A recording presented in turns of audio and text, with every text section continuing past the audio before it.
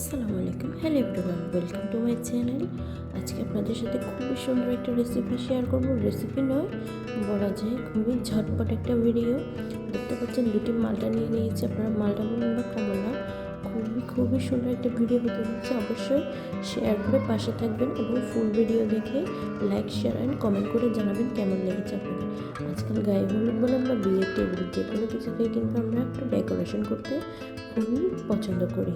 আর এভাবে যদি ডেকোর করে আমরা একটা ডিআইওয়াই করতে পারি, খুবই ভালো লাগে, নিজের থেকেও খুবই আনন্দ লাগে। তাই আজকে আমি খুব সহজ এবং ইজি ওয়েতে একটা ফুল বানানোর টেকনিক আপনাদের সাথে শেয়ার করছি।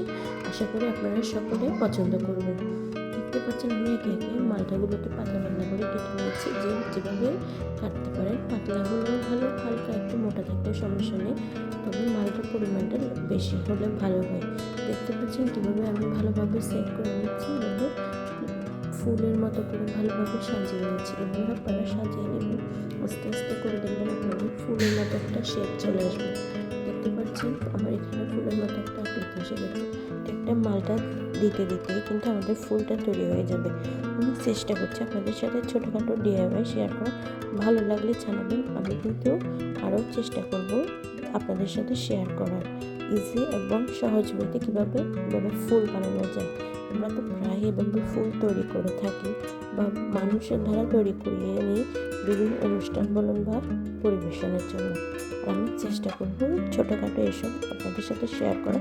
যদি এই ভিডিওটা ভালো লেগে থাকে জানাবেন, আমি কিন্তু আপনাদের কমেন্টে কিন্তু উপকৃত হই এবং নিজেকে অনেক উৎসাহিত মনে করি। এভাবে আপনাদের জন্য আরও ডিআইওয়াই ভিডিও রেডি করব। আশা করি আপনাদের ভালো লাগবে। দেখতে পাচ্ছেন আমি কিন্তু এখানে শসা দিয়ে শেষ মুহূর্তে কয়েকটা পাপড়ির মতো বানিয়ে নিয়েছি, আর দেখতে অসাধারণ লুকটা এসে গিয়েছে। এভাবেই কিন্তু খুব সুন্দর লাগছে। এভাবে আপনারা চাইলে কিন্তু শেষ মুহূর্তে শসা দিয়ে কিন্তু ত্রিকোণাকার করে এই পাপড়িগুলো তৈরি করতে পারেন, দারুণ লাগে। আমি কিন্তু চেষ্টা করব নতুন নতুন কিছু ডিআইওয়াই আপনাদেরকে দেওয়ার জন্য। Thanks for watching my video. আসসালামু আলাইকুম।